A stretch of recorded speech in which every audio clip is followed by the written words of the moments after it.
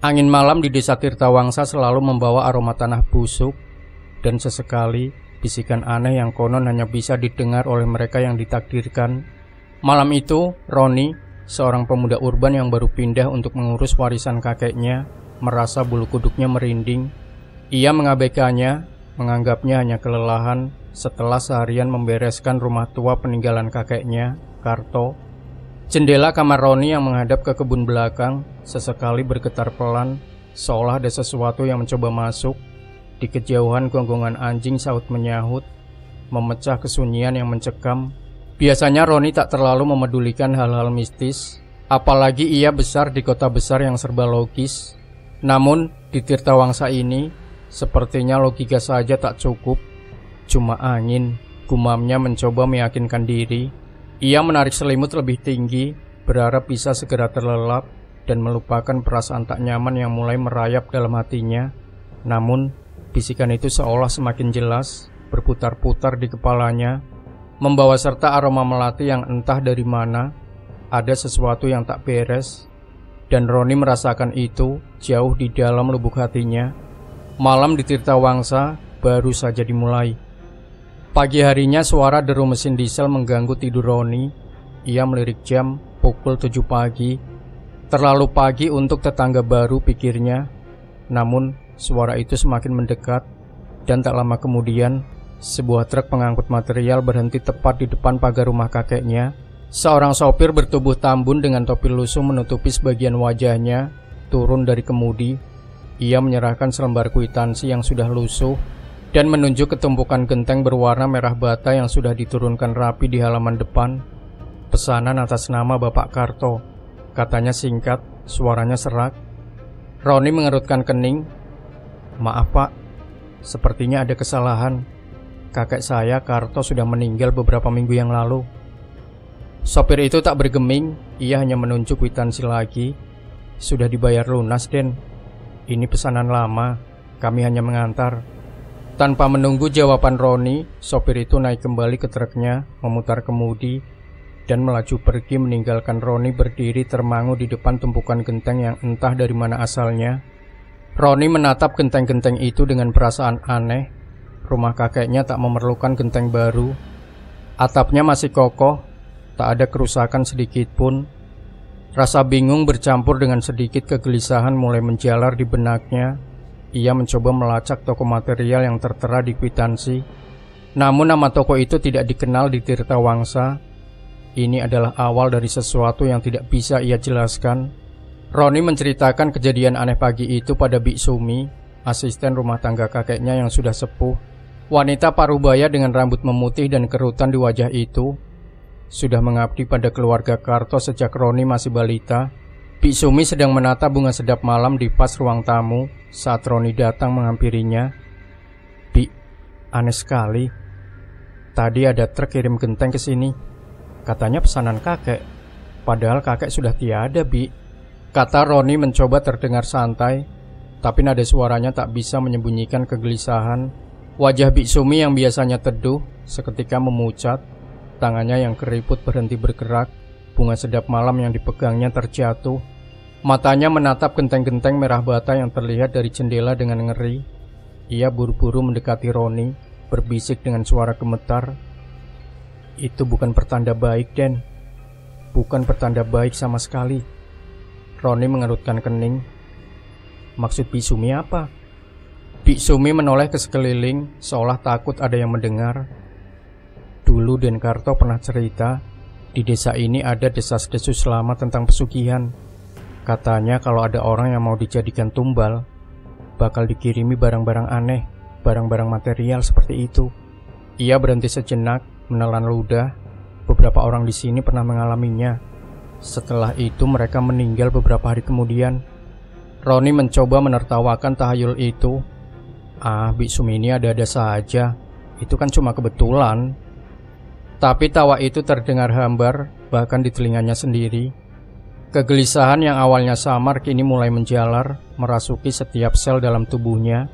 Keringat dingin membasahi punggungnya. Desas-desus itu terdengar terlalu spesifik untuk sekedar tahayul biasa. Mungkinkah kakeknya pernah terlibat sesuatu di desa ini? 2 hari kemudian kegelisahan Roni mencapai puncaknya. Ia sudah mencoba mengusir pikiran-pikiran negatif tentang pesugihan, mencoba meyakinkan dirinya bahwa semua hanya kebetulan atau salah kirim. Namun keraguan itu tak pernah benar-benar pergi. Dan pada akhirnya keraguan itu terbukti pukul 10 pagi ketika Roni sedang membersihkan dedaunan kering di halaman belakang. Suara deru truk kembali memecah ketenangan desa Tirtawangsa. Kali ini, truk yang sama persis dengan yang mengantar Genteng 2 hari lalu berhenti di depan rumahnya. Sopirnya pun sama, dengan topi lusuh dan raut wajah datar. "Ada apa lagi nih, Pak?" tanya Roni. Nada suaranya sudah dipenuhi kekesalan. Ia tahu ini bukan pertanda baik. Sang sopir kembali menyerahkan selembar kwitansi yang sama lusuhnya. Pesanan atas nama Bapak Karto, 1 karung pasir. Katanya singkat, menunjuk ke sebuah karung besar berisi pasir sungai yang sudah diturunkan di samping tumpukan genteng sebelumnya. Roni merasa darahnya mendidih. Ini tidak masuk akal. Kakek saya tidak pernah memesan ini. Saya sudah bilang, kakek sudah meninggal. Kalian salah alamat. Sopir itu tidak menanggapi. Ia hanya mengangguk kecil, naik kembali ke truknya, dan pergi begitu saja meninggalkan area terbengong-bengong di depan 2 tumpukan material yang kini memenuhi halaman rumahnya. Rasa takut mulai mencengkeram Roni. Ini bukan lagi kebetulan. Ini adalah pola yang disengaja. Karung pasir itu entah mengapa terasa jauh lebih menyeramkan daripada tumpukan genteng sebelumnya. Genteng bisa jadi salah kirim, tapi pasir untuk apa dan kenapa selalu atas nama kakeknya? Roni menatap genteng dan pasir itu secara bergantian. Otaknya berputar keras mencari penjelasan logis. Namun tak ada yang ia temukan, hanya bisikan Bik Sumi yang kembali terngiang. Itu bukan pertanda baik, Den. Malam itu Arya tidak bisa tidur nyenyak. Pikiran tentang genteng dan pasir yang tiba-tiba muncul di halaman rumahnya terus menghantuinya. Setiap kali ia memejamkan mata, bayangan karung pasir itu seolah membengkak, menutupi seluruh pandangannya. Akhirnya ia pun terlelap, namun tidurnya tidak membawa ketenangan. Roni jatuh ke dalam mimpi yang terasa sangat nyata. Ia melihat dirinya berdiri di tengah halaman rumahnya yang kini dipenuhi bukan hanya genteng dan pasir, tapi juga tumpukan-tumpukan material lain yang tak terhitung jumlahnya. Batu bata, semen, kerikil dan balok kayu. Semuanya tampak kotor dan berlumut, seolah sudah lama terkubur. Tiba-tiba tumpukan material itu mulai bergerak, perlahan tapi pasti. Genteng-genteng itu melayang, kemudian jatuh menimpanya satu persatu, lalu disusul oleh pasir yang mengalir deras, menguburnya perlahan-lahan. Roni mencoba berteriak, tapi suaranya tercekat. Nafasnya sesak, seolah benar-benar terkubur hidup-hidup. Bau tanah basah dan semen yang mengering memenuhi hidungnya. Di sekelilingnya suara-suara berbisik, bisikan-bisikan dingin yang memanggil namanya dengan nada mengejek, seolah merayakan penderitaannya. Roni, Roni, waktumu sudah dekat. Suara-suara itu terdengar seperti geraman rendah bercampur dengan tawa hantu yang memilukan.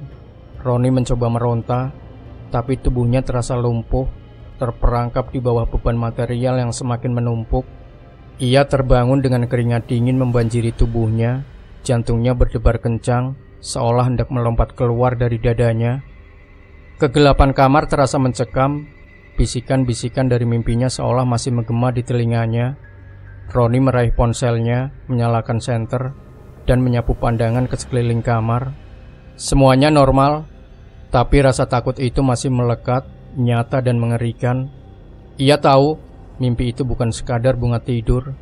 Itu adalah peringatan. Malam setelah mimpi buruk itu, Roni tidak bisa tidur lagi. Ia memutuskan untuk tetap terjaga, membiarkan alarm di ponselnya menjadi satu-satunya jaminan bahwa ia tidak akan tertidur dan kembali dihantui mimpi-mimpi aneh.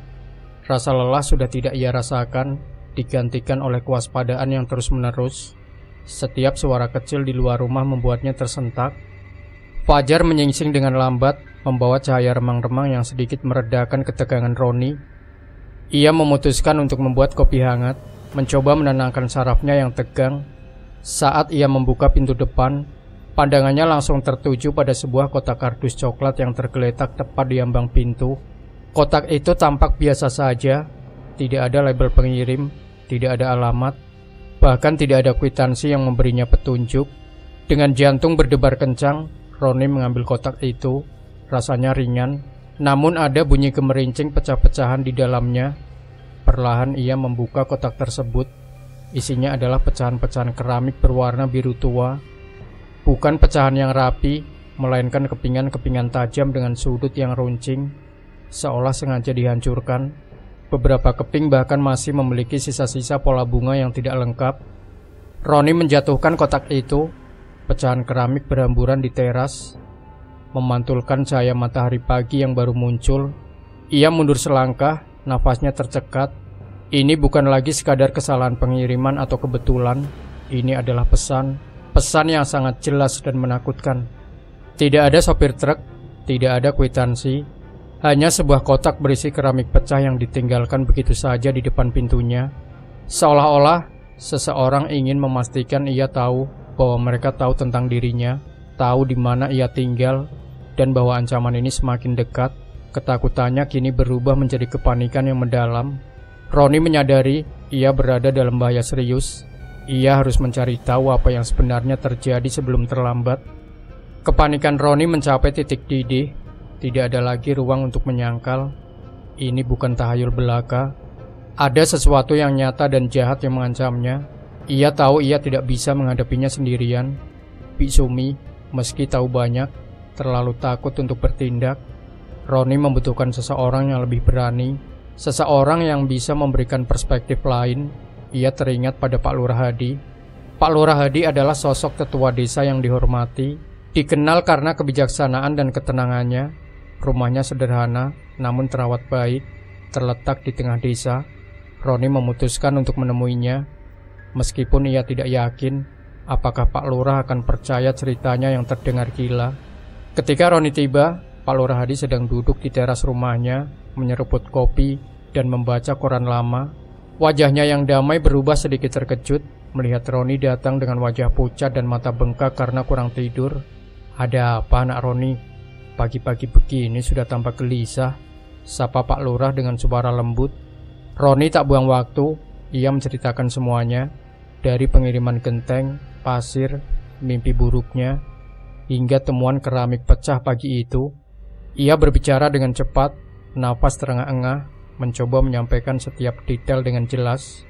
Pak Lurah mendengarkan dengan seksama, sesekali mengangguk, namun raut wajahnya semakin mengeras. Setelah Roni selesai bicara, Pak Lurah terdiam sesaat, menatap jauh ke arah gunung yang diselimuti kabut tipis. Ada sorot kesedihan dan penyesalan di matanya. "Nak Roni, apa yang kamu alami ini bukan hal baru di Tirtawangsa," ucap Pak Lurah akhirnya, suaranya berat. Ia awalnya tampak enggan bercerita, sorot matanya menunjukkan keraguan yang mendalam. Namun, melihat kegelisahan dan ketakutan yang begitu nyata di wajah Roni, ia akhirnya menghela napas panjang. Ini adalah bagian dari sejarah kelam desa kita, sejarah yang selama ini kami coba lupakan, atau setidaknya sembunyikan. Pak Lurah menatap Roni dalam-dalam, seolah menimbang apakah Roni cukup kuat untuk menerima kebenaran. "Baiklah nak, aku akan ceritakan apa yang ku tahu, tapi kamu harus berjanji, apapun yang kamu dengar, kamu harus tetap tenang." Roni mengangguk cepat. "Saya janji Pak Lurah, saya hanya ingin tahu apa yang terjadi." Pak Lurah Hadi menghela napas panjang, tatapannya menerawang jauh, seolah kembali ke masa lalu yang suram. "Desa Tirtawangsa ini, nak Roni, dulunya adalah desa yang makmur. Tapi kemakmuran itu bukan datang dari kerja keras semata. Puluhan tahun lalu, ada sebuah keluarga, sebut saja keluarga Angkara. Mereka sangat ingin menjadi yang terkaya, yang paling berkuasa di sini." Pak Lurah berhenti sejenak, menyesap kopinya, seolah mengumpulkan kekuatan dan melanjutkan ceritanya. "Mereka kemudian melakukan perjanjian gelap, nak, dengan kekuatan yang bukan dari Tuhan. Sebuah pesugihan yang sangat keji." Roni merasakan bulu kuduknya merinding. Ia sudah menduga ini, tapi mendengarnya langsung dari Pak Lurah membuat ketakutan itu semakin nyata. "Syaratnya berat, nak," lanjut Pak Lurah, suaranya kini lebih pelan. "Kekayaan mereka akan berlimpah, tak akan ada habisnya. Tapi sebagai gantinya, setiap jangka waktu tertentu, mereka harus menyerahkan tumbal." dan tumbalnya adalah nyawa warga desa ini sendiri. Mata Roni membelalak. Tumbal?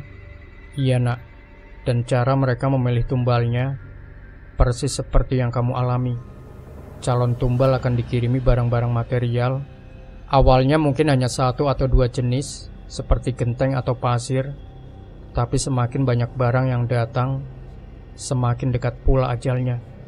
Pak Lurah menatap Roni dengan tatapan penuh iba. Barang-barang itu seperti tanda kematian, pembungkus kuburan mereka sendiri. Mengapa tidak ada yang menghentikannya, Pak Lurah? Tanya Roni, suaranya tercekat. Pak Lurah menggelengkan kepala. Kekuatan pesugihan ini sangat kuat, nak. Keluarga Angkara itu sangat berhati-hati. Mereka menyebarkan teror dan ketakutan. Siapapun yang mencoba melawan atau bahkan hanya berbicara tentang itu akan menemui nasib buruk. Dan setelah mereka meninggal, kekayaan keluarga Angkara semakin bertambah, seolah menjadi bukti kekuatan mereka. Lalu bagaimana dengan keluarga Angkara itu sekarang? Tanya Roni, pikirannya dipenuhi pertanyaan. Ia mulai menghubungkan titik-titik dan sebuah nama mulai terlintas dalam benaknya. Pak Lurah menghela nafas lagi. Sorot matanya kini dipenuhi kesedihan yang mendalam. Keluarga Angkara itu, mereka tidak punah, nak Roni. Mereka berganti nama berasimilasi. Tapi praktik keji mereka terus berlanjut secara rahasia. Kekayaan mereka, meski tak sefrontal dulu, tetap terlihat mencolok di antara warga desa lainnya. Siapa saja yang pernah jadi korban, Pak Lurah? Tanya Roni, suaranya tercekat. Ia perlu tahu, perlu memahami skala ancaman ini. Pak Lurah mengangguk pelan. Ada beberapa, nak. Dulu almarhum Pak Karta, pemilik toko kelontong di ujung desa, beliau menerima kiriman batu bata di depan tokonya. Padahal tokonya baru saja direnovasi. Seminggu kemudian, beliau tiba-tiba jatuh sakit keras, badannya panas dingin, dan meninggal dalam 3 hari. Roni menelan ludah, membayangkan kengerian yang dialami Pak Karta. Lalu ada juga Bu Mirna, penjahit yang terkenal ahli di desa kita. Beliau dikirimi beberapa gulung kawat berduri di teras rumahnya. Aneh sekali, karena beliau tidak punya ternak atau apapun yang butuh kawat. Tidak lama setelah itu, beliau ditemukan meninggal karena jatuh terpeleset di kamar mandi. Kepalanya terbentur. Padahal, Bu Mirna itu orangnya sangat hati-hati. Lanjut Pak Lurah, suaranya penuh kepiluan. Yang paling mengerikan adalah Pak Bambang. Beliau adalah petani padi yang gigih. Suatu pagi ia menemukan semen basah memenuhi sebagian kecil halaman rumahnya, seolah ada yang sengaja menuangnya di sana. Baunya menyengat dan mengganggu. Beberapa hari kemudian, Pak Bambang ditemukan tak bernyawa di sawahnya. Kata dokter serangan jantung mendadak. Tapi kami tahu, itu bukan serangan jantung biasa. Setiap cerita yang keluar dari mulut Pak Lurah semakin menguatkan ketakutan Roni. Pola itu jelas, barang material yang aneh, kematian misterius dalam beberapa hari setelahnya, dan sekarang ia sendiri yang menerima kiriman genteng, pasir, dan keramik pecah. Semua gejala yang diceritakan Pak Lurah tentang korban sebelumnya mulai muncul pada dirinya. Penyakit mendadak yang diderita Roni dan kakekmu, nak, Karto. Suara Pak Lurah terdengar ragu. Beliau adalah orang yang sangat peduli dengan desa ini. Beliau juga pernah menyelidiki tentang pesugihan ini. Mungkin mereka tahu. Mendengar nama kakeknya disebut sebagai target, darah Roni berdesir. Jadi kakeknya tidak meninggal karena usia tua semata. Ada kemungkinan dia juga menjadi korban.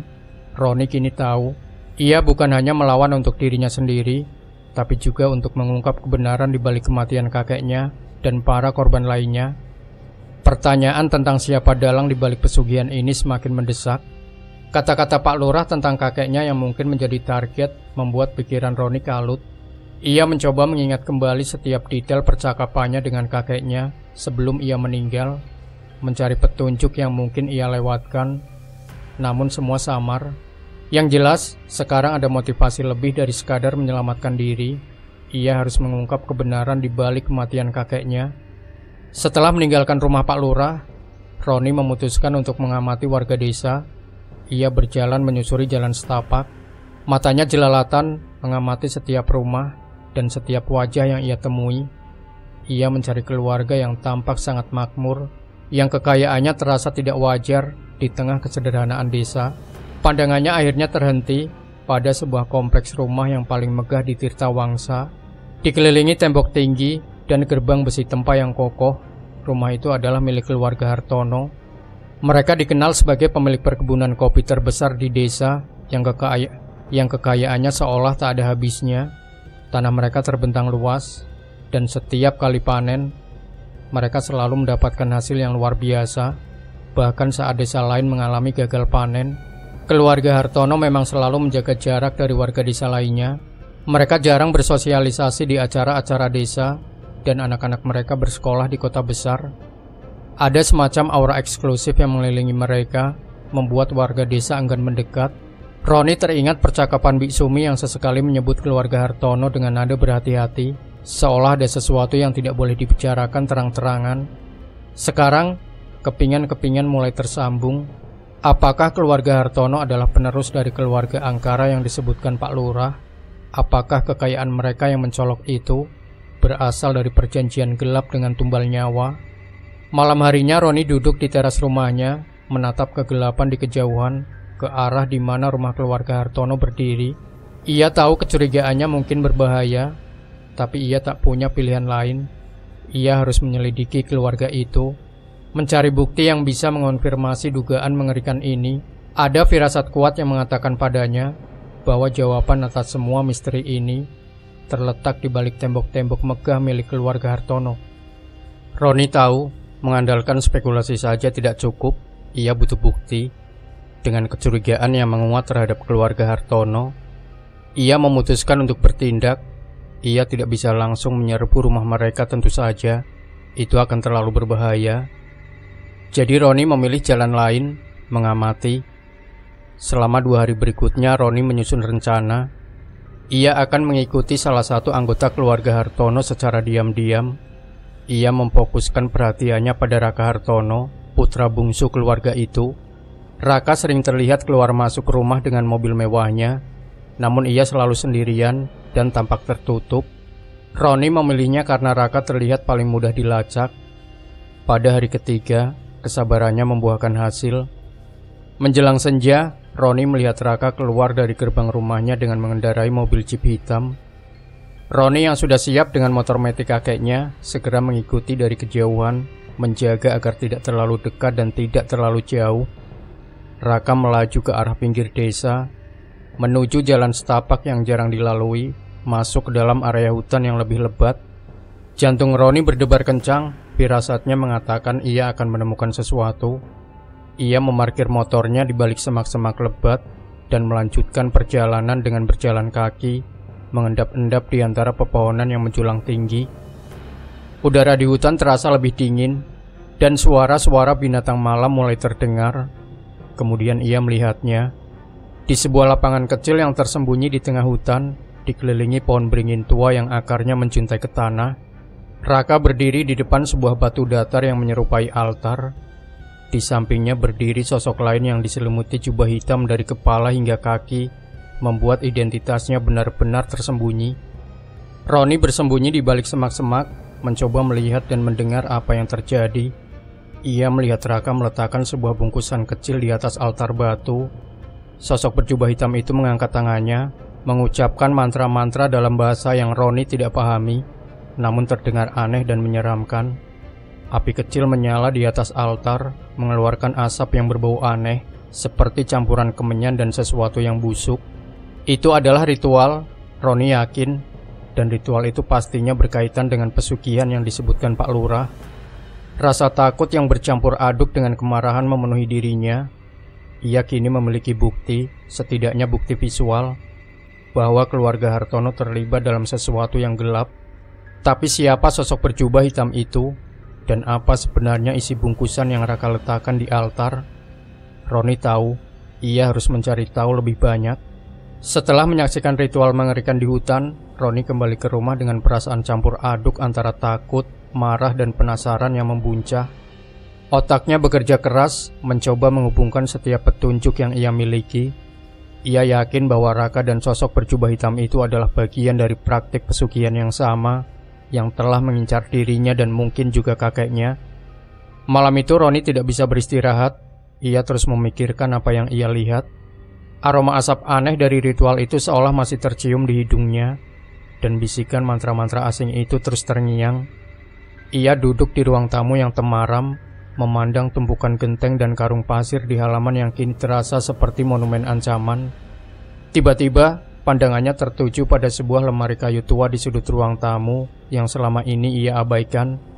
Lemari itu tampak sudah sangat lapuk, dengan ukiran yang samar-samar. Roni seperti ada dorongan kuat untuk membukanya. Ia mencoba membuka pintunya yang seret, dan setelah sedikit usaha, lemari itu terbuka dengan derit pelan. Di dalamnya, di balik tumpukan kain lap dan perkakas lama, Roni menemukan sebuah buku bersampul kulit tua yang tampak sudah sangat usang. Debu tebal menyelimutinya. Perlahan ia membersihkan debu itu dan melihat tulisan tangan kakeknya Karto di bagian depan. Itu adalah buku harian. Dengan tangan gemetar, Roni membuka halaman pertama. Ia membaca tulisan kakeknya yang rapi tapi agak memudar dimakan usia. Kakeknya mencatat semua kejadian aneh yang terjadi di desa, persis seperti yang diceritakan Pak Lurah. Ada daftar nama-nama korban yang meninggal secara misterius, lengkap dengan jenis barang material yang mereka terima sebelum kematian mereka. Roni melihat nama Pak Karta, Bu Mirna, dan Pak Bambang, persis seperti yang disebutkan Pak Lurah. Dan yang paling membuat Roni terkejut sekaligus ngeri adalah tulisan kakeknya tentang pesugihan tumbal material ini. Kakeknya tidak hanya mencatat kejadiannya, tapi juga mengungkapkan kecurigaan yang mendalam terhadap keluarga Hartono. Kakeknya bahkan menulis tentang aura gelap yang mengelilingi rumah mereka dan bagaimana kekayaan mereka tumbuh secara tiba-tiba setelah kematian beberapa warga desa. Roni membaca setiap halaman dengan seksama, napasnya tertahan. Ia merasa seperti sedang berbicara langsung dengan kakeknya, belajar tentang sisi gelap Tirtawangsa yang selama ini tersembunyi. Buku harian ini bukan hanya catatan, melainkan sebuah warisan terakhir dari kakeknya. Sebuah upaya untuk membuka mata Roni terhadap bahaya yang ada di desa ini. Dan di tengah rasa takutnya, tumbuh sebuah tekad baru. Ia harus menyelesaikan apa yang kakeknya mulai. Penemuan buku harian kakeknya adalah titik balik bagi Roni. Rasa takutnya kini bercampur dengan tekad. Buku itu bukan hanya berisi catatan masa lalu, tapi juga petunjuk yang mungkin bisa menyelamatkan hidupnya. Roni kembali ke halaman-halaman awal, memeriksa setiap detail dengan cermat. Di antara tulisan tangan kakeknya yang teratur, Roni menemukan sesuatu yang aneh. Ada gambar-gambar simbol yang tidak lazim, mirip dengan yang ia lihat di altar di tengah hutan. Simbol-simbol itu tersebar di beberapa halaman. Terkadang diselipkan di antara kalimat-kalimat, terkadang digambar di pojok halaman. Ada juga beberapa rangkaian angka dan huruf yang tampak acak, ditempatkan di bawah simbol-simbol tersebut. Ini semacam kode. Gumam Roni pada dirinya sendiri, matanya menyipit, mencoba memahami pola yang mungkin ada. Kakeknya adalah seorang yang sangat teliti dan metodis. Tidak mungkin ia hanya menggambar tanpa tujuan. Roni menghabiskan sisa malam itu dan sebagian besar pagi berikutnya mencoba memecahkan kode-kode tersebut. Ia mencoba berbagai kombinasi, mencari pola numerik atau pola kata. Ia bahkan membandingkan simbol-simbol itu dengan beberapa buku tentang mitologi lokal dan kepercayaan kuno yang ia temukan di rak buku kakeknya. Setelah berjam-jam berkutat di bawah cahaya lampu temaram, Roni akhirnya menemukan petunjuk. Beberapa simbol adalah presentasi dari benda-benda alam seperti gunung, pohon beringin, dan sungai. Sementara angka dan huruf di bawahnya ternyata adalah koordinat geografis yang samar yang mengarah ke lokasi-lokasi tertentu di sekitar desa. Dan yang paling penting, ada sebuah halaman yang berisi diagram aneh menunjukkan hubungan antara simbol-simbol tersebut dengan bulan dan bintang-bintang. Ini bukan sekadar kode, ini peta. Bisik Roni tak percaya. Ini adalah peta menuju pusat kekuatan pesugihan itu sendiri. Kakeknya telah mengidentifikasi lokasi-lokasi kunci yang terkait dengan ritual gelap tersebut. mungkin lokasi di mana perjanjian itu dilakukan, atau di mana kekuatan gelap itu bersemayam. Ada perasaan dingin yang menusuk tulang saat Roni menyadari apa artinya semua ini. Kakeknya tidak hanya menduga-duga, ia telah melakukan penyelidikan yang sangat mendalam dan berbahaya. Ini adalah informasi yang bisa menghentikan kutukan pesugihan ini, tapi juga informasi yang membuat Roni menjadi target utama. Ia kini memegang kunci yang mungkin bisa menghancurkan keluarga Hartono, sekaligus membahayakan nyawanya sendiri lebih dari sebelumnya. Roni tak bisa lagi menyangkal kakeknya adalah seorang penyelidik yang gigih, dan kini Roni telah mewarisi beban serta bahaya itu. Dengan buku harian kakeknya di tangan, Roni merasa seperti sedang berjalan di tepi jurang. Ia memiliki informasi yang krusial, tapi informasi itu juga membuatnya menjadi target utama. Ia mencoba berhati-hati. Simbol-simbol dan koordinat yang ada di buku harian itu ia salin ke ponselnya, lalu ia sembunyikan buku aslinya di tempat yang sangat aman. Ia bahkan mulai tidur dengan pisau kecil di bawah bantalnya, sebuah tindakan yang dulunya tak pernah terbayangkan akan ia lakukan. Ancaman itu tidak menunggu lama. Malam harinya, saat Roni akan merebahkan diri, ia merasakan sesuatu yang keras dan dingin di bawah bantalnya. Ia meraihnya, dan jantungnya serasa berhenti berdetak. Itu adalah sebuah palu berkarat dan beberapa paku tajam yang juga berkarat. Benda-benda itu tidak pernah ada di kamarnya. Seseorang telah masuk, meletakkannya di sana sebagai pesan yang sangat jelas. Mereka tahu dia sudah tahu. Mereka akan datang untuknya. Keringat dingin membasahi tubuh Roni. Ia meremas palu itu, merasakan tekstur logamnya yang dingin dan kasar. Keesokan paginya, saat ia sedang sarapan, sebuah batu bata tiba-tiba melesat menembus kaca jendela utamanya dengan suara berderak keras. Pecahan kaca berhamburan, dan batu bata itu mendarat di lantai kayu dengan bunyi tumpul. Roni melonjak kaget, menjatuhkan cangkir kopinya. Ia bergegas ke kamar, hatinya berdebar tak karuan. Tidak ada seorang pun di luar, jalanan sepi. Jendela yang pecah itu seolah menyeringai. Sebuah lubang menganga yang memperlihatkan kerentanan rumahnya, kerentanan dirinya. Roni tahu, ini bukan lagi sekadar peringatan. Ini adalah ancaman langsung. Mereka mencoba mengintimidasi, membuatnya takut, mungkin agar ia berhenti mencari tahu. Tapi justru sebaliknya, setiap ancaman itu hanya memicu api dalam dirinya. Ia harus terus maju, tidak hanya untuk dirinya sendiri, tetapi juga untuk membalaskan dendam kakeknya dan para korban lain dari pesugihan keji ini. Pertarungan kini sudah dimulai. Teror pengiriman barang material dan ancaman fisik kini diikuti oleh sesuatu yang jauh lebih menakutkan. Tubuh Roni sendiri mulai bereaksi. Setelah malam yang tegang dengan palu dan paku di bawah bantal, serta pagi yang kacau akibat lemparan batu bata, Roni merasa sangat lelah. Namun kelelahan itu bukan hanya karena kurang tidur. Sore harinya, saat sedang membersihkan pecahan kaca di kamarnya, kepala Roni mulai terasa berdenyut. Awalnya pusing ringan, tapi perlahan berubah menjadi nyeri berdenyut yang tak tertahankan. Ia mencoba mengabaikannya, berpikir itu hanya stres. Namun, saat ia menyentuh dahinya, panas menjalari telapak tangannya, demam tinggi mulai menyerangnya. Roni mencoba berbaring, berharap demam itu akan reda setelah beristirahat. Namun tidak ada perubahan. Tubuhnya mulai terasa ngilu di sekujur tubuh, seolah baru saja dipukuli. Keringat dingin terus mengucur, meskipun suhu tubuhnya terasa membakar. Setiap napas terasa berat, dan tenggorokannya sakit saat menelan. Ini adalah gejala yang persis sama dengan yang diderita korban-korban sebelumnya yang diceritakan Pak Lurah. Pak Karta yang tiba-tiba sakit keras, Bu Mirna yang jatuh terpeleset akibat melemahnya tubuh, dan Pak Bambang yang mendadak tak sadarkan diri di sawah. Semua tanda itu mengarah pada satu kesimpulan mengerikan. Ia sudah mulai terkena pengaruh pesugihan itu. Roni mencoba berdiri, namun kakinya terasa lemas, hampir ambruk. Ia meraih ponselnya dengan tangan gemetar, ingin menelpon seseorang, tapi siapa? Bik Sumi pasti akan semakin panik. Pak Lurah hanya bisa memberikan nasihat. Ia merasa sendirian. terperangkap dalam cengkraman kekuatan tak kasat mata yang perlahan tapi pasti merenggut vitalitasnya. Di tengah rasa sakit dan keputusasaannya, Roni menatap keluar jendela yang pecah. Langit mulai gelap, dan bayangan pohon-pohon di luar tampak seperti jemari monster yang meraih-raih. Ia merasakan sebuah ketakutan yang dingin merayapi hatinya. Waktunya semakin sempit, ia merasa ajalnya semakin dekat.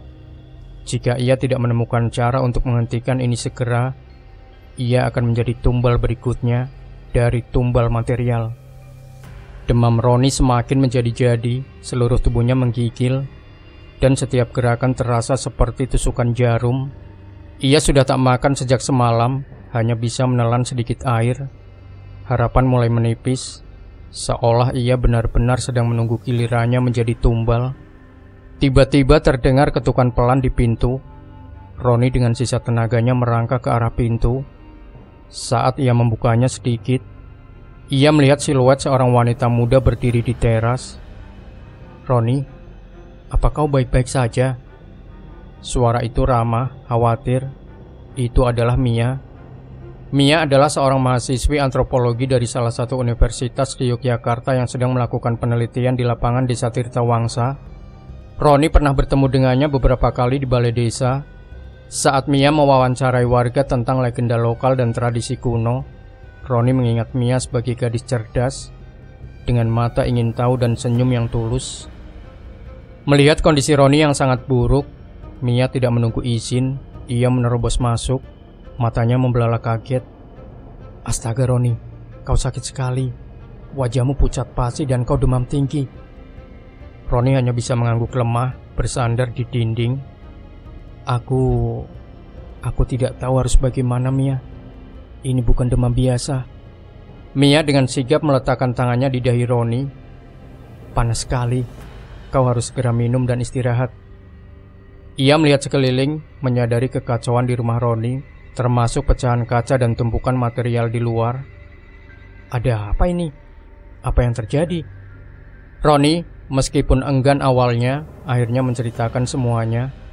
Dari pengiriman genteng pasir, keramik pecah, hingga mimpi buruk dan ancaman palu serta batu bata. Ia juga menyebutkan kecurigaannya terhadap keluarga Hartono dan penemuan buku harian kakeknya. Mia mendengarkan dengan seksama, tanpa menunjukkan keraguan sedikit pun. Ia bahkan mengangguk-angguk, seolah cerita itu justru mengkonfirmasi beberapa teorinya sendiri.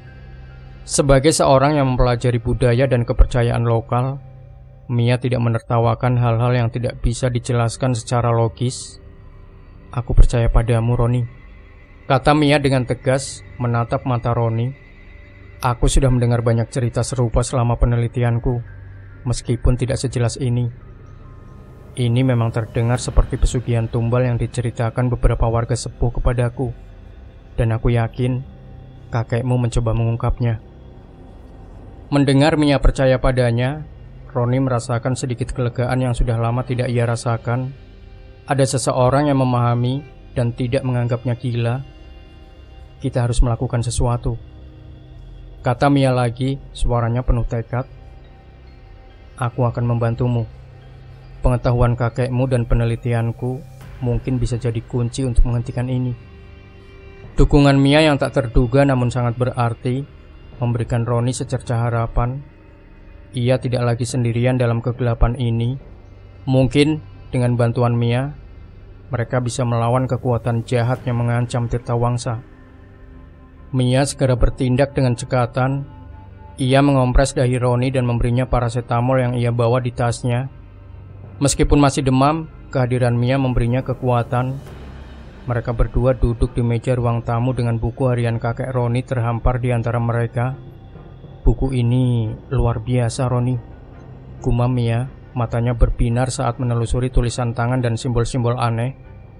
"Ini persis seperti yang sering kucari dalam penelitianku, tapi tak pernah kutemukan secara langsung." Roni mengangguk lemah. "Aku sudah mencoba memecahkan kode-kode ini. Kurasa ini semacam peta petunjuk lokasi." Mia menelusuri halaman yang Roni maksud. "Betul sekali. Simbol-simbol ini bukan hanya hiasan. Ini adalah simbol-simbol ritual kuno yang sangat spesifik. sering digunakan dalam praktik-praktik spiritual di Jawa. Dan angka-angka ini, ya, ini memang terlihat seperti koordinat. Mungkin bukan koordinat GPS yang presisi, tapi lebih seperti arah dan jarak relatif dari titik tertentu. Mereka berdua bekerja sama. Roni meskipun dalam kondisi sakit, menggunakan ingatannya tentang cerita kakeknya dan pengamatannya tentang desa. Mia, dengan pengetahuannya tentang antropologi dan mitologi lokal, mulai menghubungkan titik-titik. Ia mengidentifikasi beberapa simbol sebagai penanda tempat-tempat keramat atau angker yang sering disebutkan dalam legenda setempat. Mia membuka laptopnya, membandingkan simbol-simbol dari buku harian dengan peta topografi Tirtawangsa yang ia miliki. "Lihat ini, Roni," katanya menunjuk ke layar. "Simbol pohon beringin tua ini cocok dengan lokasi hutan di mana kau melihat Raka. Dan simbol mata air ini sepertinya mengarah ke hulu sungai yang tersembunyi." Mereka akhirnya menemukan pola. Kode-kode itu membentuk sebuah serangkaian petunjuk yang secara bertahap mengarah ke satu lokasi rahasia, sebuah tempat yang digambarkan dengan simbol paling rumit dan paling gelap di buku harian itu. Sebuah gambar goa dengan ukiran ular yang melilit di sekelilingnya. "Ini dia," bisik Mia. Jarinya menunjuk ke titik di peta yang tersembunyi di balik bukit-bukit terjal di sebelah timur desa. Semua petunjuk ini mengarah ke gua tersembunyi ini. Aku pernah mendengar desas-desus tentang sebuah gua kuno di daerah itu, tapi tak pernah ada yang bisa menemukannya. Roni menatap titik itu. Rasa takut yang samar masih ada, namun kini bercampur dengan tekad baja. "Pesugihan itu ada di sana, Mia," katanya, suaranya sedikit serak karena demam. "Kakek pasti berusaha mengungkapnya." Mia mengangguk, matanya serius. "Kita harus pergi kemana, Roni?" "Kita harus pergi ke sana, Roni. Mungkin di sanalah kita bisa menemukan cara untuk menghentikan semua ini." Meskipun tubuhnya masih lemah karena demam, tekad Arya untuk pergi ke gua itu tak tergoyahkan. Ia tahu setiap detik yang terbuang hanya akan membawa ajalnya semakin dekat. Mia, meskipun khawatir mengerti urgensi ini. "Kau yakin kuat, Roni?" tanya Mia, menatap Roni dengan cemas saat mereka menyiapkan perbekalan seadanya. Senter, beberapa botol air mineral, dan kotak P3K kecil. "Kita bisa tunda sampai kondisimu lebih baik." Roni menggeleng. "Tidak ada waktu, Mia. Aku bisa merasakan efeknya semakin kuat." Ia menyandarkan tubuhnya pada dinding, mencoba mengumpulkan sisa tenaganya. Wajahnya pucat, tapi matanya memancarkan tekad. "Kita harus pergi sekarang. Aku tidak akan membiarkan pesugihan itu menang." Mia mengangguk, menghargai keberanian Roni. "Baiklah, aku akan menemanimu. Kita akan hadapi ini bersama." Mereka memulai perjalanan menjelang siang, berharap bisa mencapai gua sebelum matahari terbenam. Peta dari buku harian kakek Roni menunjukkan rute yang terjal dan jarang dilewati. Mereka harus melewati semak belukar yang lebat, memanjat bukit-bukit terjal, dan menyeberangi anak sungai yang arusnya cukup deras. Setiap langkah terasa berat bagi Roni. Demamnya naik turun, dan nyeri di sekujur tubuhnya tak kunjung reda. Sesekali tersandung, namun Mia dengan sigap menahannya. Mia sendiri harus berjuang keras, membawa tas berisi perbekalan dan memandu jalan dengan peta di ponselnya. Saat mereka semakin dalam masuk ke hutan, suasana menjadi semakin sunyi dan mencekam. Cahaya matahari mulai meredup, terhalang kanopi pepohonan yang rapat. Aura aneh mulai terasa, aura dingin yang bukan berasal dari suhu, melainkan dari energi yang peka dan gelap. Pohon-pohon tampak lebih tua dan bengkok, seolah ditarik oleh kekuatan tak kasat mata. Beberapa kali mereka mendengar suara-suara aneh, bisikan angin yang menyerupai tawa, suara ranting patah padahal tidak ada angin, dan siluet bayangan yang bergerak cepat di antara pepohonan. Roni tahu itu bukan ilusi akibat demamnya. Mereka semakin mendekati sarang pesugihan. Ketegangan memenuhi udara. Mereka tahu di depan mereka bahaya yang sesungguhnya menanti. Setelah berjam-jam menyusuri hutan yang semakin gelap dan mencekam, Roni dan Mia akhirnya menemukan gua yang ditunjukkan oleh peta kakek Roni. Pintu masuk gua itu tersembunyi di balik kumpulan akar beringin raksasa. nyaris tak terlihat, dari mulut gua tercium aroma aneh yang pekat, campuran bau tanah, darah kering, dan sesuatu yang membusuk. Meskipun demamnya semakin parah, Roni menguatkan diri. Ia menggenggam erat senternya, dan Mia menyiapkan kamera ponselnya, siap merekam apapun yang mereka temukan. Mereka masuk perlahan. Senter mereka menyapu dinding goa yang lembab dan dingin. Di dalamnya kelembapan terasa mencekik, dan suara tetesan air menggema di kegelapan. Mereka terus melangkah lebih dalam, mengikuti naluri dan petunjuk samar dari buku harian. Goa itu semakin lebar, dan tak lama kemudian mereka tiba di sebuah ruangan besar di tengah goa. Di sanalah, di tengah ruangan, berdiri sebuah altar batu yang dipahat kasar dengan simbol-simbol kuno yang sama persis dengan yang ada di buku harian kakek Roni dan yang Roni lihat di hutan. Di sekeliling altar ada sisa-sisa sesajen yang sudah mengering dan beberapa tulang belulang kecil yang berserakan. Aura gelap terasa begitu pekat di ruangan ini, seolah udara itu sendiri adalah beban yang menekan. Roni merasakan sakit di sekujur tubuhnya meningkat drastis. Ia terhuyung, namun Mia menahannya. Tiba-tiba dari balik bayangan di sudut ruangan, sebuah suara dingin memecah keheningan.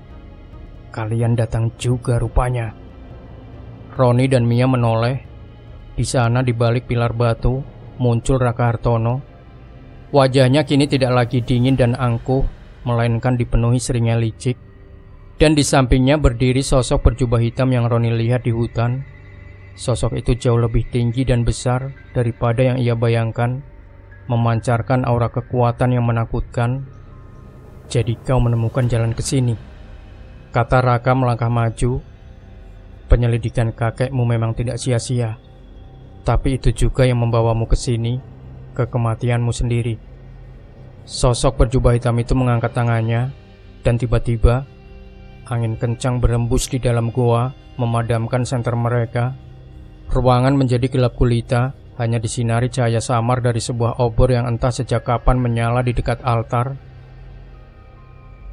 Kau terlalu banyak tahu, Nak Roni. Suara serak dan berat keluar dari balik jubah hitam itu, menggema di seluruh ruangan. Dan kau gadis muda, sebaiknya kau pergi. Ini bukan urusanmu. Tidak, teriak Roni menguatkan diri. Ini urusan kami semua. Kalian sudah menumbalkan banyak nyawa tak bersalah demi kekayaan. Itulah harga sebuah kekuasaan. Balas suara itu dingin. Pertarungan pun tak terhindarkan.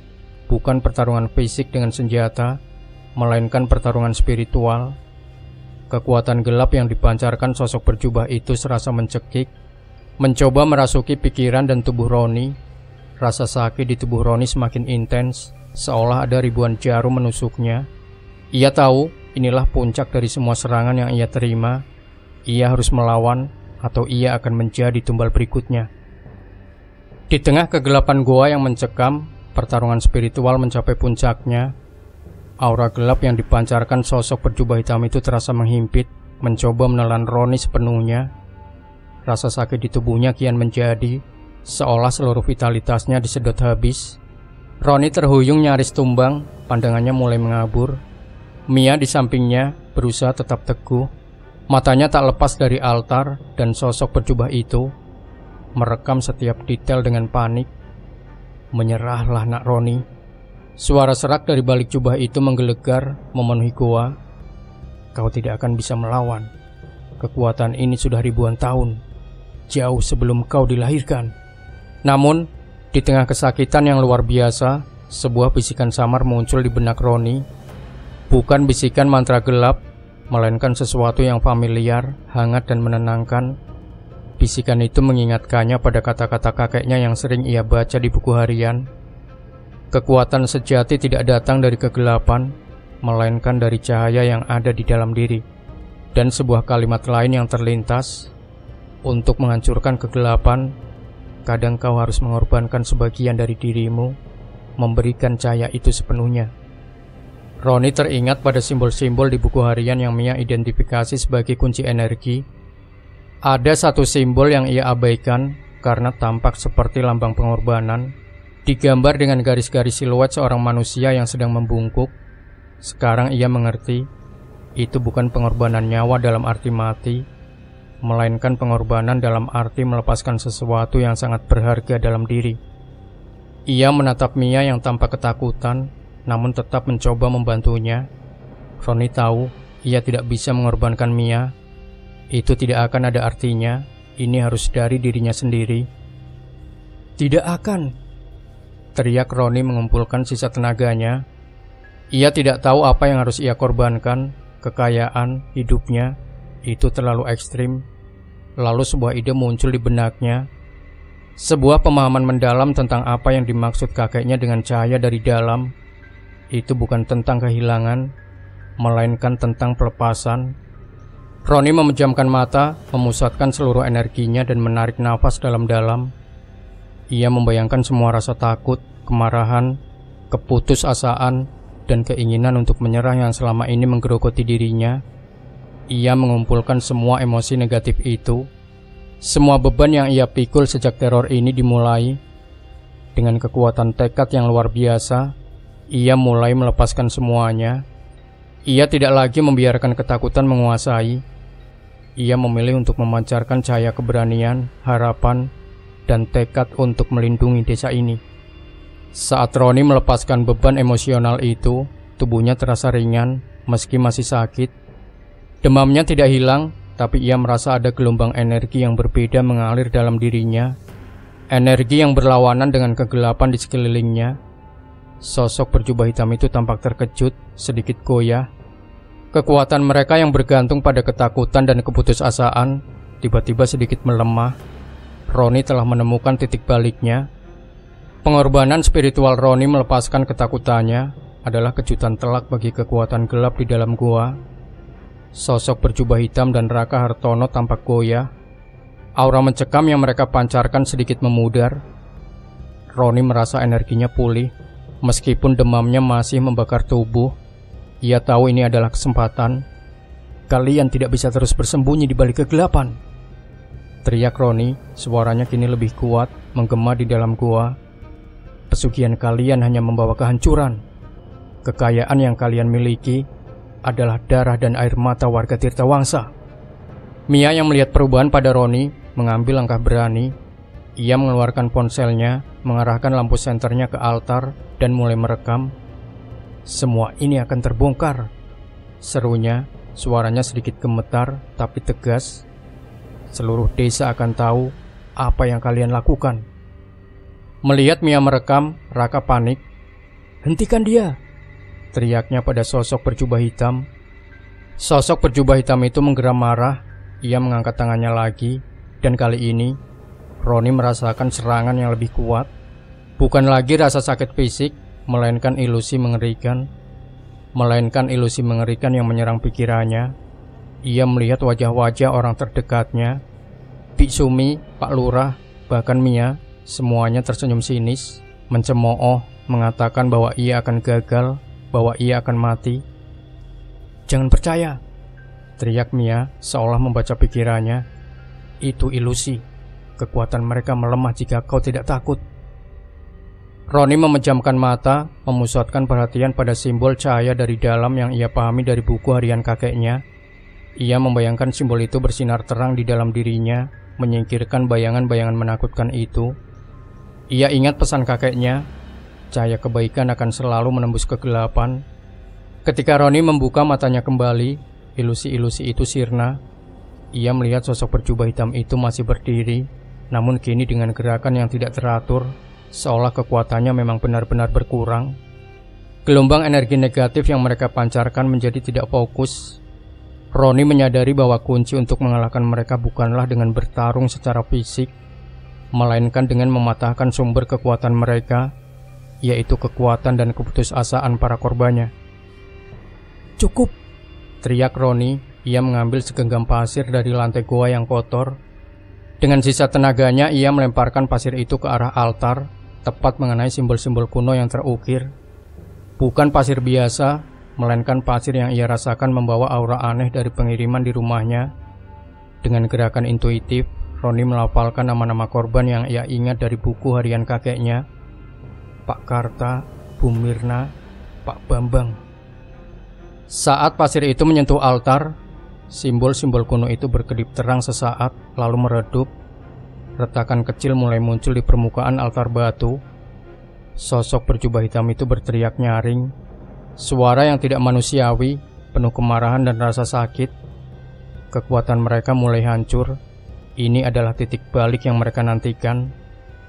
Teriakan mengerikan dari sosok berjubah hitam itu menggema di seluruh goa, disusul dengan suara gemuruh pelan dari dalam tanah.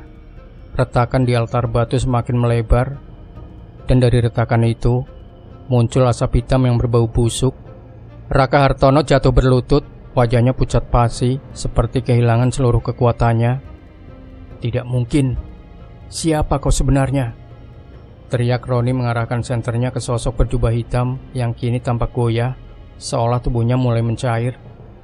Sosok itu meronta, jubahnya robek perlahan, menyingkap identitas di baliknya. Rambut putih panjang yang terurai, wajah yang dipenuhi kerutan tajam, dan mata merah menyala yang memancarkan kebencian. Roni dan Mia terkesiap. Sosok itu bukan pria paruh baya, bukan pula hantu. Nyi Retno, seru Mia tak percaya. Itu adalah Nyi Retno, wanita tua yang selama ini dihormati di desa Tirtawangsa. Ia dikenal sebagai dukun kampung yang bijaksana, sering dimintai nasihat-nasihat tentang pengobatan tradisional dan masalah rumah tangga. Tak ada yang menyangka, di balik citra ramah dan berwibawa, ia adalah dalang di balik pesugihan keji ini. Bagaimana mungkin Nyi Retno? Roni tergagap, pikirannya berusaha memproses kenyataan mengerikan ini. Nyi Retno tertawa, tawa yang serak dan menakutkan, kini tanpa jubah penyamarannya. Kalian kira hanya keluarga angkar yang tahu rahasia ini? Aku adalah keturunan pertama mereka. Darahku mengalir dari nenek moyang yang pertama kali membuat perjanjian ini. Matanya menyala penuh dendam. Kekayaan, kekuasaan, semua ini adalah aku. Tumbal-tumbal itu hanya harga kecil yang harus dibayar.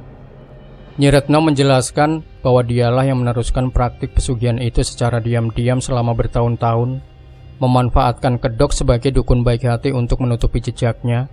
Dialah yang mengendalikan para pengantar barang material, memastikan bahwa tumbal-tumbalnya selalu terpilih dengan sempurna. Raka Hartono yang kini hanya bisa gemetar di tanah, ternyata adalah salah satu kaki tangannya yang terikat perjanjian.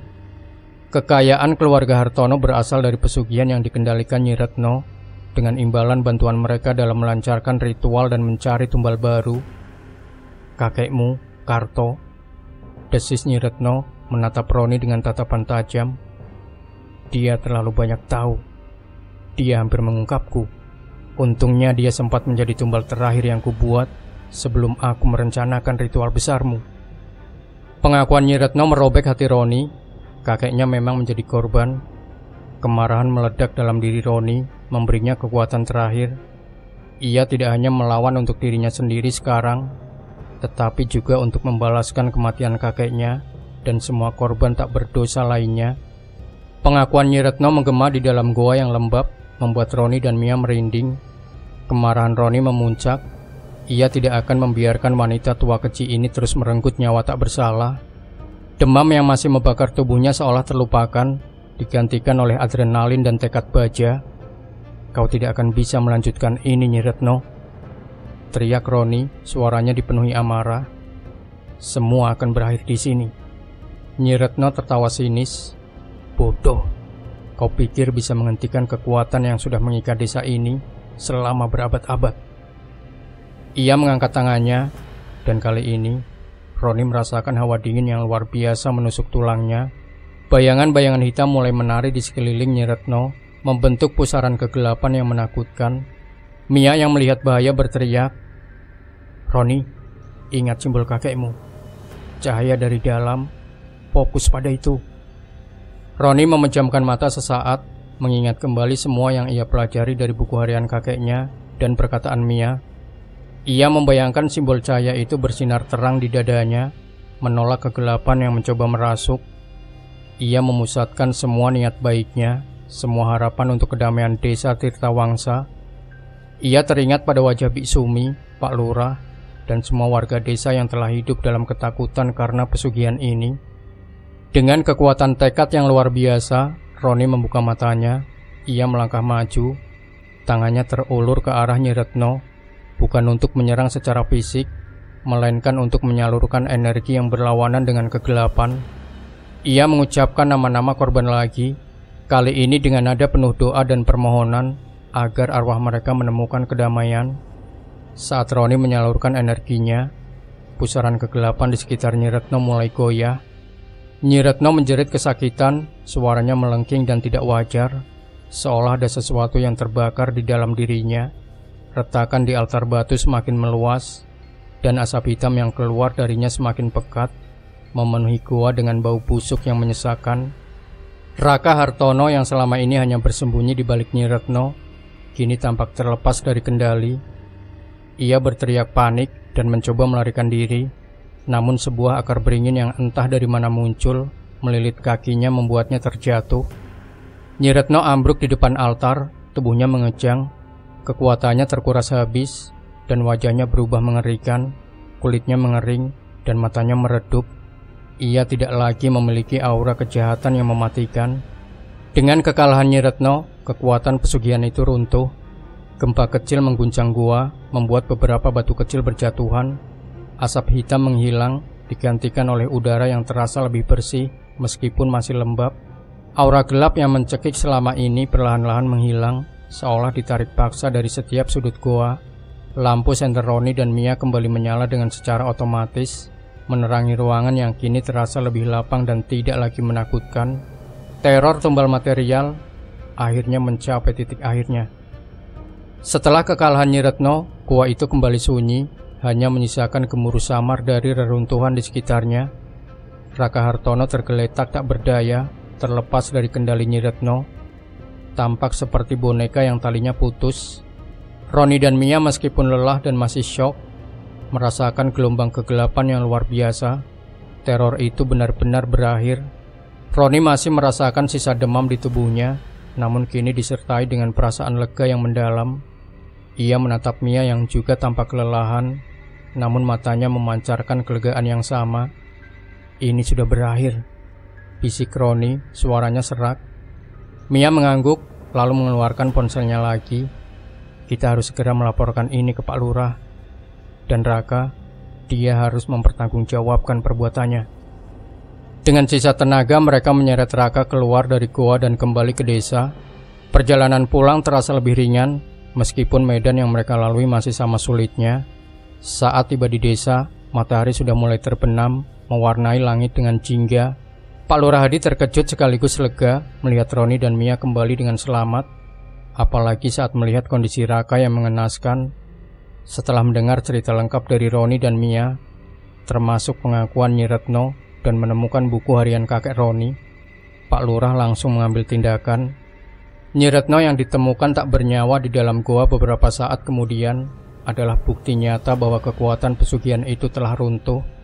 Kematiannya menandai akhir dari rantai tumbal yang telah mencekik desa selama puluhan tahun. Keluarga Hartono yang selama ini hidup dalam kemewahan hasil pesugihan harus menghadapi konsekuensi perbuatan mereka. Raka ditangkap dan aset-aset keluarga mereka disita untuk kepentingan desa. Roni, meskipun masih dalam masa pemulihan, bekerja sama dengan Mia dan Pak Lurah untuk menyebarkan kebenaran pada seluruh warga desa. Mereka menjelaskan sejarah kelam pesugihan itu, bagaimana Nyi Retno memanfaatkannya, dan mengapa begitu banyak nyawa yang jadi korban. Ada kesedihan, kemarahan, tapi juga rasa lega yang mendalam di antara warga. Bersama-sama mereka mulai membersihkan sisa-sisa kegelapan. Simbol-simbol di altar gua dihancurkan, dan gua itu sendiri ditutup permanen. Warga desa mengadakan ritual adat sederhana untuk mendoakan arwah para tumbal, memohon kedamaian bagi mereka yang telah menjadi korban. Mereka juga mulai menyebarkan kesadaran tentang bahaya pesugihan dan pentingnya menjaga keseimbangan alam serta kebaikan hati agar kejadian serupa tidak terulang kembali. Desa Tirtawangsa mulai bernapas lega. Luka-luka masa lalu memang masih ada, namun kini ada harapan untuk masa depan yang lebih terang. Roni dan Mia telah berhasil membawa terang ke dalam kegelapan yang selama ini menyelimuti desa. Minggu-minggu berlalu di desa Tirtawangsa, udara terasa lebih ringan dan senyum kembali menghiasi wajah-wajah penduduk. Ketakutan yang selama ini menjadi selimut tipis di setiap sudut desa, kini telah terangkat. Roni, meskipun masih dalam proses pemulihan dari efek pesugihan, merasa tubuhnya semakin kuat setiap hari. Demamnya sudah hilang sepenuhnya dan energinya kembali pulih. Ia memutuskan untuk tetap tinggal di Tirtawangsa, mewarisi warisan kakeknya bukan hanya dalam bentuk rumah, melainkan juga dalam bentuk tanggung jawab dan ikatan emosional dengan desa ini. Rumah kakeknya yang dulunya terasa angker, kini menjadi tempat yang nyaman dan penuh kenangan. Tumpukan genteng, pasir, dan pecahan keramik di halaman telah dibersihkan sepenuhnya, seolah tak pernah ada. Mia, yang perannya krusial dalam mengungkap kebenaran, juga memutuskan untuk memperpanjang masa penelitiannya di Tirtawangsa. Ia dan Roni bekerja sama membangun kembali komunitas. Mereka mendirikan sebuah pusat informasi kecil di balai desa, tempat warga bisa belajar tentang sejarah dan budaya mereka, sekaligus memahami bahaya tahayul yang menyesatkan. Mia juga aktif membantu Pak Lurah dalam mengelola aset keluarga Hartono yang disita, menggunakannya untuk membangun fasilitas umum seperti perbaikan jalan dan sekolah. Hubungan Roni dan Mia semakin erat. Mereka menemukan banyak kesamaan, bukan hanya dalam keberanian menghadapi bahaya, tetapi juga dalam keinginan mereka untuk membawa kebaikan bagi desa. Mereka sering terlihat berdiskusi di teras rumah Roni atau berjalan-jalan di sawah saat sore hari, merencanakan proyek-proyek kecil untuk kemajuan desa. Desa Tirtawangsa memang tidak akan pernah melupakan masa lalu kelamnya, namun kini mereka menghadapi masa depan dengan optimisme. Pengalaman mengerikan tumbal material telah menjadi pelajaran berharga yang mengikat mereka lebih kuat sebagai sebuah komunitas. Roni, sang pemuda urban yang awalnya hanya ingin mengurus warisan, kini telah menjadi bagian tak terpisahkan dari Tirtawangsa, penjaga damai dari bayang-bayang masa lalu. Ia dan Mia yang kini memiliki ikatan yang kuat menatap ke arah matahari terbit yang menghangatkan. Langit cerah dan kicauan burung bersahutan. Sebuah harapan baru membuncah di Tirtawangsa, yakin bahwa teror tumbal material tak akan pernah kembali dan kebaikan akan selalu menang atas kegelapan.